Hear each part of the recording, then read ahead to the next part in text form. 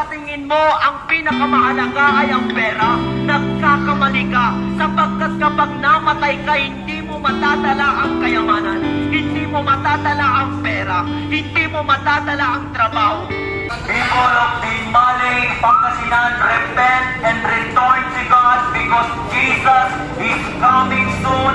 The King of Kings, the Lord of Lords, the Alpha and Omega is coming soon. Magsisi at talikuran ng kasalanan, malaki ang sasapitin ng mga taong duwa, mga ayaw sumampalataya kay Jesus at mga patuloy na gumagawa ng mga mamamatay tao, mga immoral, magpagulang at mga sumasamba sa Diyosan, lahat ng sinungaling, sila'y itatapon sila sa nag-iiyak na lawang apoy ng asobre. Ayaw ng Diyos na ikaw ay mapahamak at maitapon sa tagat-tagatang apoy ng impyerno. Nais ng Diyos na ikaw ay lumaya sa kasalanang nagawa mo. People of Dinmaling, repent bago mauli ang lahat. Inaanyayaan ka ng Diyos na tumugon sa kanyang panawagan. Hindi sa lahat ng panahon ay nandito tayo sa ibabaw ng mundong ito.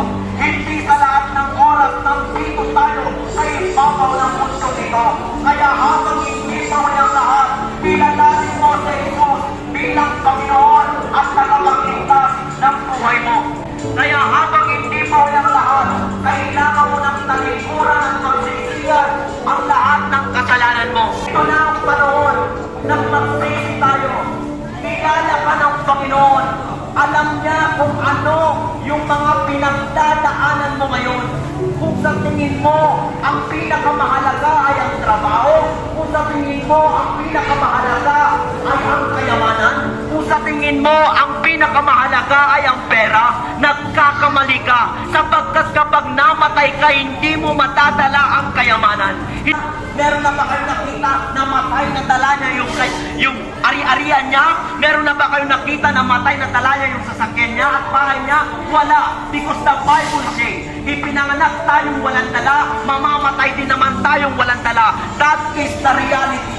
Sa tingin mo, ang pinakamahalaga ay ang edukasyon. Sa tingin mo, ang pinakamahalaga ay ang trabaho. Hindi mo yan matadala kapag namatay ka. Ang pinakamahalaga ay ang kaligtasan ng kaluluwa mo.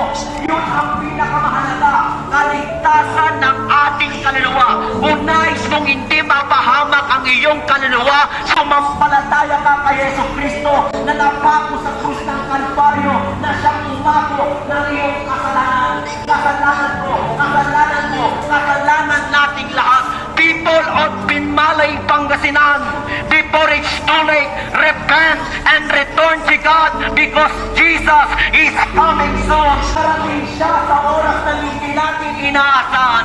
Darating siya hindi na bilang tagapagligtas kundi tagahatol. Kaya nga po, habang hindi pa uli ang lahat, sumunod kay Jesus at talikuran ang kasalanan. Mga kababayan ko dito sa Dinmaling, Pangasinan, nagmamalasakit at concern ang Diyos sa iyo. Sigurado na ba na ligtas ang kaluluwa mo? Sigurado ba na ligtas ang kaluluwa mo? Kasi kung anong meron ka ngayon, porkit ba mayamang ka, ligtas ka na? Porkit ba may trabaho ka, ligtas ka na? Sigurado ka ba na yan ang magliligtas ng kaluluwa mo?